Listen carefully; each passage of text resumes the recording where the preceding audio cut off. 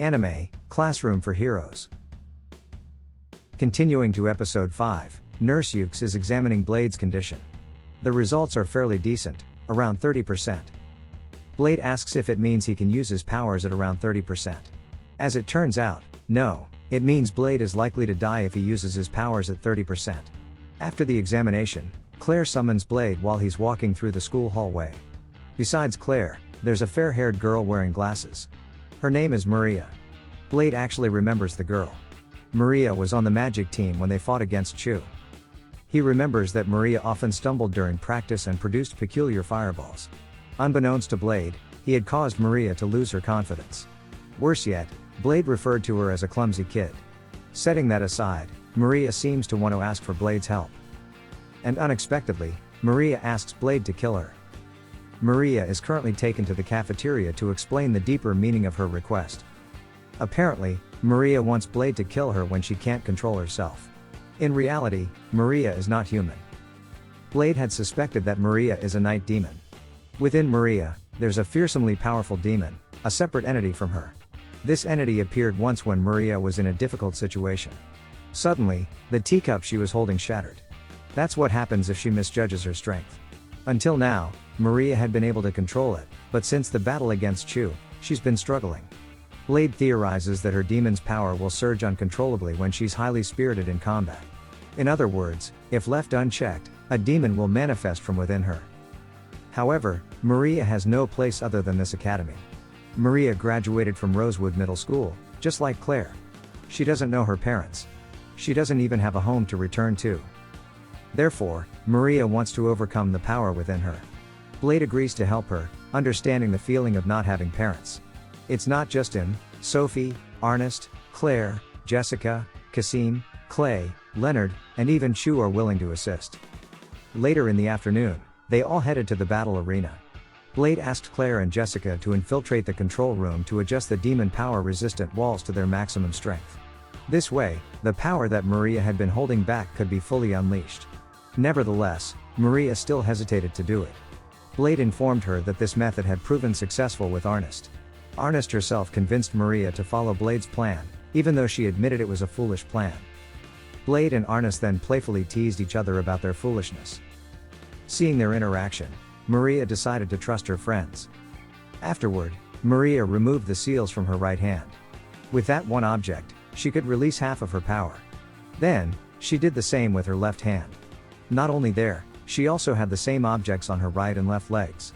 Maria's current strength increased 16-fold. Lastly, she revealed a pendant she was wearing. She claimed it was her strongest seal. The pendant could weaken her to 1/10 of her power.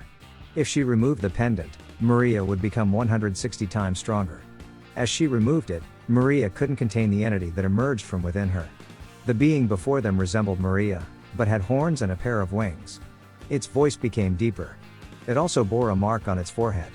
Blade recognized the mark as that of a demon king. Before long, Arnest transformed into her demon form and fought against Maria. Unfortunately, Arnest was easily tossed aside with a simple wave of Maria's hand. Leonard's attempted attack proved futile as well. Next, Sophie used her custom hero power, ultimate gravity, to bring Maria down.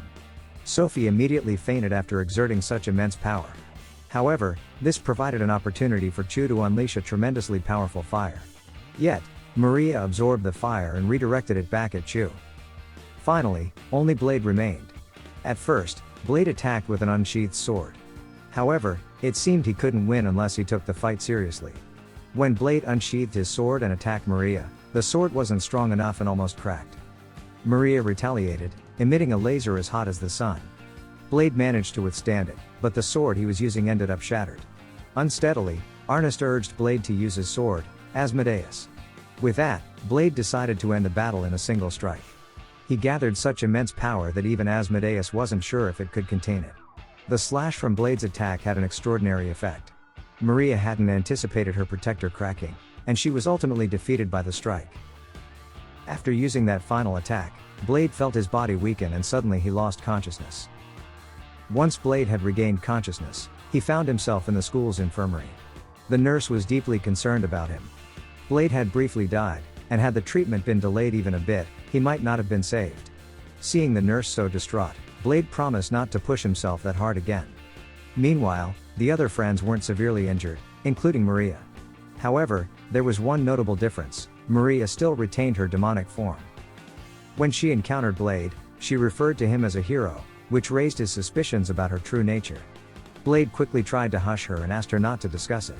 Suddenly, he revealed that Maria and himself were different people. He didn't even know his own name, as he had never been given one. Yet, other students who met him called him Mao. Afterwards, Blade and his friends went to the principal's office seeking an explanation. It turned out that he was the one who brought Maria to the academy. He also knew her true identity. Maria's mother was a human who had unfortunately passed away. As for her father, the principal was unsure if he was still alive or not, but he knew who he was: the Demon King. This meant that Maria was the child of the Demon King. After absorbing this information, they encountered Mao, who was chatting with other students in the garden. They were a bit concerned about letting Mao roam freely. However, Mao mentioned that he was interested in attending school. As the bell rang, Mao left for class. After Mao left, Claire asked why Maria hadn't appeared again, and only Mao was present. She worried that she might never be able to meet Maria again. During the night, Blade heard a knocking sound on his window. As expected, Mao was waiting outside. He mentioned that he wanted to take Blade on a date, having heard about it from his classmates. Blade was still uncertain, but suddenly, Mao lifted Blade into the air. Curious, Blade inquired about Mao's age. He felt that Mao seemed to lack a lot of knowledge. Mao responded that he became aware of his existence 5 years ago. However, for demons, age isn't relevant. Furthermore, as a woman, she disliked being treated like a child. Nevertheless, Blade still didn't see her as a woman, even though Mao was obsessively infatuated with him. He couldn't understand why Mao was so fixated on him. What's clear is that Mao had decided to leave once she killed Blade. Additionally, Mao informed Blade that she couldn't simply remove her pendant.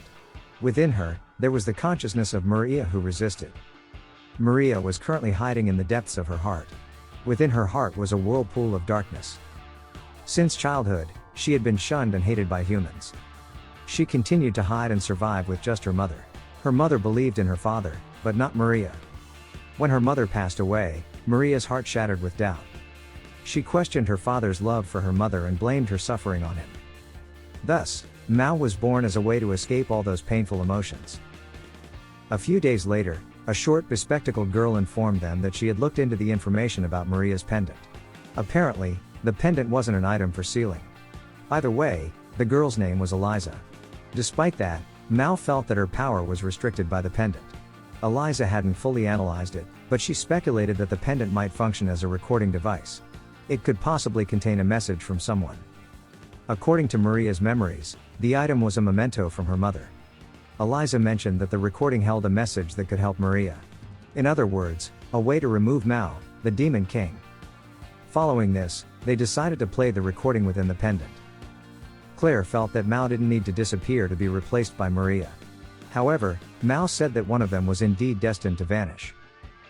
After Eliza prepared the pendant, Mao opened it to reveal a projection of her father, the Demon King.